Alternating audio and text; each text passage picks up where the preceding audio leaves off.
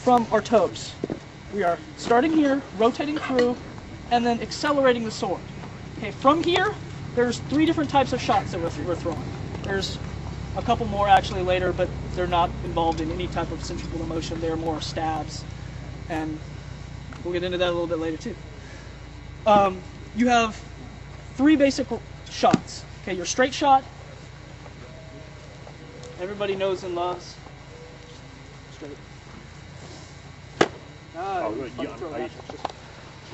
Just your straight shot. You're throwing a wrap. Oh. There we go. There's your straight shot. Straight in. Hips are here. Rotate. Extend. Okay. What is the fastest way to get from point A to point B, Chuck? Straight line. Straight line. That's what we're looking to do here. We are looking to extend our hand in a straight line towards our opponent. Okay? We are not swinging out. What am I calling this? This is your centripetal motion. What happens if you increase your lever arm? Slows down. It slows your rotation down.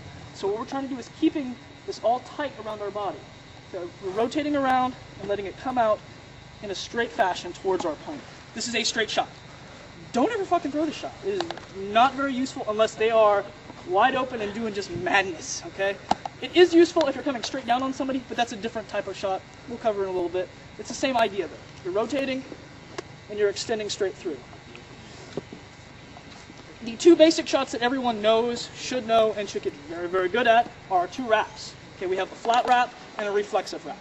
Okay, our first one, which, do it again. Okay, through your hips. Okay, you notice he's coming around, the arm extends, and if done in, this is why I actually have this. If done correctly, here, switch sides. If done correctly, the arm should extend, and as soon as the wrist straightens up, the barrel of your arm is even with your sword, it should roll around this axis. This is, like I said, in a vacuum and in perfect conditions, this is how you lose the least amount of energy from your shot. So when it extends, it rolls around, and it continues the motion in the tip of your sword. All the energy is put into the tip of your sword, and then it carries through.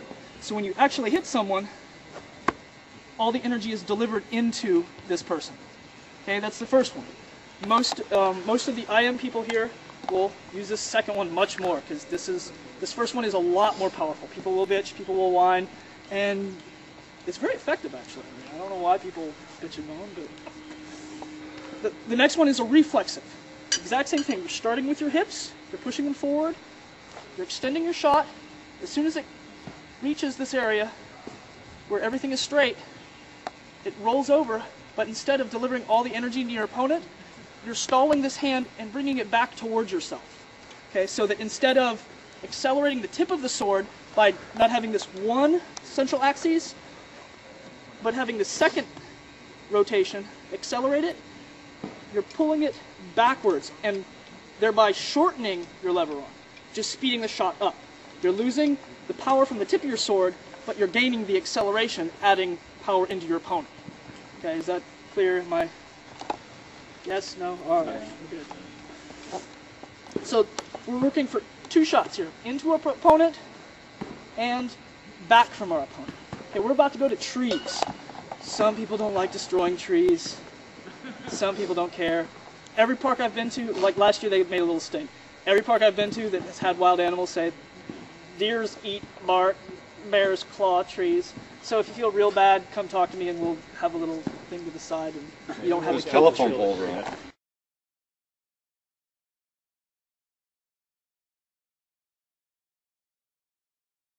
Do that. When you start putting something in your hand that's this heavy, you can no longer just flick it around. This is not an ultralight sword. This is, my swords weigh about 1 pound. This is not something that, I use in SCA. That's a fucking heavy SCA sword at 2 pounds and 11 ounces. Okay, this is 5 pounds and 4 ounces. Okay, when you're no longer in control of your body, it will very quickly tell you that something is fucking wrong and I don't want to be treated this way. Okay, start out slowly. Okay, start with this shot, rotate and extend. Okay, when you get this extension, you'll very quickly go, oh, okay, that kind of feels good. Or, oh, there's a twinge in my elbow. If there's a twinge in your elbow, you're letting your wrist come undone. You're letting it bend downwards.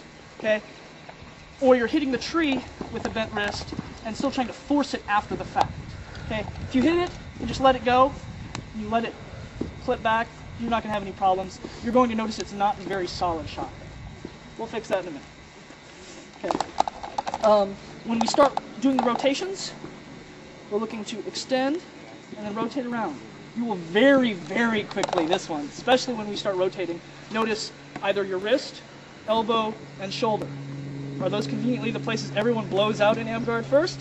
Those are conveniently the places everyone blows out in am guard first. One of these, you're not going to hurt yourself here. These are degenerative problems. These are not, wow, I just hit somebody really hard and broke it. This is, I'm throwing an improper shot, and over time, just like golfer's elbow or tennis elbow, you're creating a debilitating syndrome, I guess. I forget what the exact description of this is, but you're using your body in an improper manner. So this will show you very quickly, my body doesn't like that, I need to change it. Usually the most common problem is if you over-rotate, you rotate too early, your sword has to continue on while you're moving to hit the item. When that happens, usually your wrist is jarred backwards. That's usually going to hurt your wrist. Okay? If you rotate too late, you're going to hit the item, and it'll either bend your wrist backwards, and if you try and push it, it'll hyperextend this. I forget the name of the ligament. Why isn't Randy here to help me with all the names? He's my physiology guy. He reminds me of everything. So I guess let's find some trees and get some shots in.